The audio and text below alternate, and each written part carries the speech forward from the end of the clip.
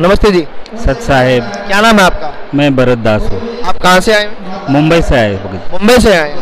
तो मुंबई से आप राजस्थान में आए हैं, ये दूरी बहुत ज़्यादा है, तो मैं आपसे ये जानना चाहूँगा कि संत रामपाल जी की सत्संग और विशाल भंडारे में इतने दूर आने का आपका क्या उद्देश्य है? भगत जी हमारे परमात्मा को मिलने आए हैं और हमारे परमात्मा की वाणी है कि संत मिलन को चालिए तज माया अभिमान, जो जो पग आगे धरे सो सो यज्ञ समान।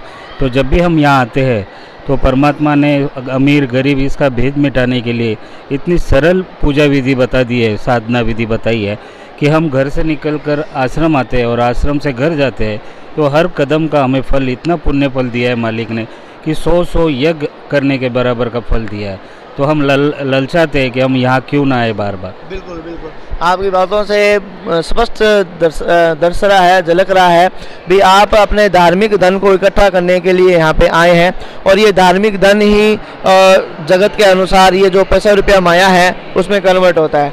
और यानी कहते हैं दाम का दाम गुठलियों के दाम, गुठलियों के दाम।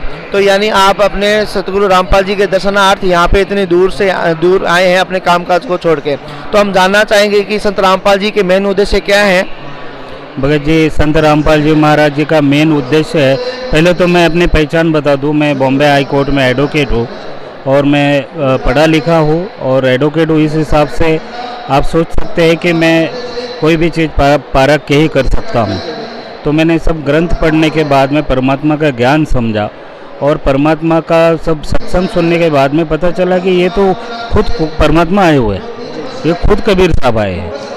और मालिक का मेन उद्देश्य ये है कि जो पाखंडवाद चल रहा है समाज में, जो कुरीतियाँ चल रही है, जो भी धार्मिक क्रियाएं शास्त्र के विरुद्ध सिखाई जा रही है, उससे समाज को कोई लाभ नहीं मिल रहा है। उसको शास्त्र अनुकूल भक्ति बता के सभी भक्तों को आध्यात्मिक मार्ग को सही तरीके से सेट करने के लिए परमात्मा ने एक उद्देश्य बनाया है। जैसे गीता जी में अर्जुन को भगवान कृष्ण समझा रहा है कि अर्जुन, जो संसार के उल्टे लटके हुए वृक्ष को भली भांति जानता है वो तत्वदर्शी संत है और उसी के हिसाब से ये आध्यात्म चलना चाहिए। तो उसी लिए हम यहाँ पे आए हैं और मालिक के मेन उद्देश्य है पाखंडवाद खत्म करना।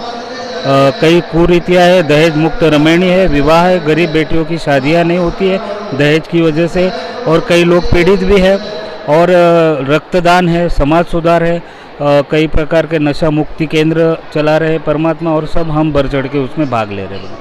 तो मैं मेरे दर्शकों को अपने मीडिया के माध्यम से ये आपको बताना चाहूँगा, हमने इनसे अभी कोई व्यवसाय के बारे में बात नहीं की थी और ये एडवोकेट हैं, तो इससे अंदाज़ा लग रहा है भी एडवोकेट कोई भी बात को या कोई भी कार्य को जब करता है उसकी पूरी छानबीन के साथ उसका अनुसरण करके ही फिर उसका कोई निर्णय लेता है। तो इससे अपने को ये जानने को मिलता है कि भी संत रामपाल जी ने जो टीवी चैनल पे जो भी ज्ञान बताया है वो प्रमाणित है और वो साक्षात है।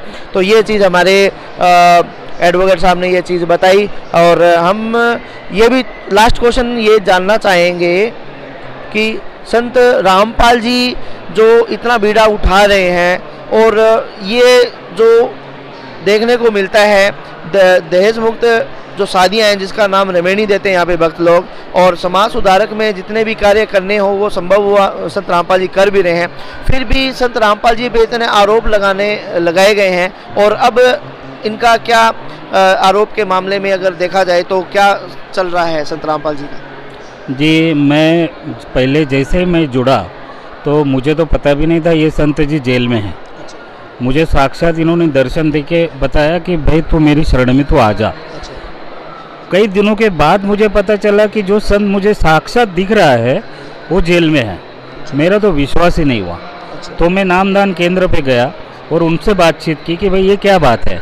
तब मुझे पता चला कि ये जेल में है, और मैं सोचा कि मैं तो ये हक्का बक्का रहेगा कि जो मुझे सामने दिख रहा है वो संत जेल में कैसे हो सकता। तो मैंने उसके बाद में कई छानबीन की, केसेस की पड़ताल की, और इतनी झूठी केसेस मैंने आज तक नहीं देखी जो परमात्मा के ऊपर लगाई है।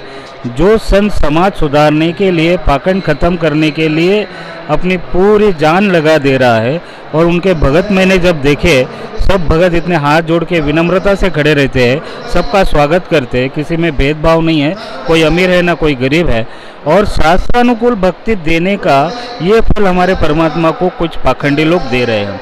सभी झूठी केसेस है। मैंने कई केस में मालिक के इसमें कोर्ट में भी जाके आया, सब बकवास है। मैंने कई जज लोगों के साथ में काम किया है, वकील होने के बावजूद मेरे 25 साल मैंने हाई कोर्ट में प्रैक्टिस की है, तो इतनी झूठी केसेस मैंने आज तक किसी के ऊपर नहीं देखी।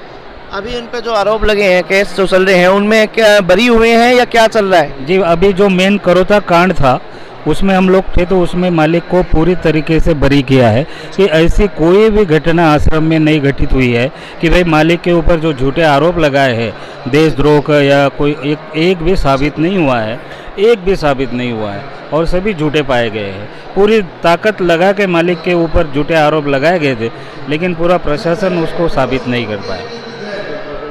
तो हमारी जो जनता है जो ये आपका इंटरव्यू देख रही है, आपने जो अपना परिचय और अपना अनुभव जो बताया है, एक हाई कोर्ट के वकील होने के नाते आपने संत रामपाल जी पे लगाए गए आरोप जो बिल्कुल निराधार हैं, जो जिनके पास ना तो सबूत है ना कोई गवाह, जिसके कारण उनको संत रामपाल जी को बरी करना पड़ रहा है। लेकिन ये जो इतना लंबा समय ले रहे हैं, ये समय कैसे ले रहे हैं? इनको संत रामपाल जी को जेल में गए हुए 8 या 10 साल होने को जा रहे हैं। तो मैं आप इसे एक एडवोकेट होने के नाते आपसे पूछना चाहूँगा आपसे भी, अभी ये जो समय खींच रहे हैं, इसका फिर बाद में परिणाम क्या होगा?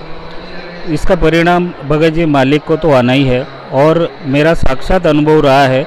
मैं भी खुद वकील होने के बाद मैं सोचता था कि मैं मालिक के लिए कुछ करूं, उनको बाहर निकालूं, लेकिन जब मैं एक दिन आश्रम में आया था तो मालिक ने, जैसे मैं आरती शुरू हुई और मालिक ने मुझे साक्षात दर्शन दे के जेल से बाहर आ गए और वापस जेल में चले गए, और मुझे बोला, बेटा तू मुझे बाहर निकालने के लिए आया था ना, ये देख मैं खुद ही गया हूँ और मैं खुद ही आ जाऊँगा।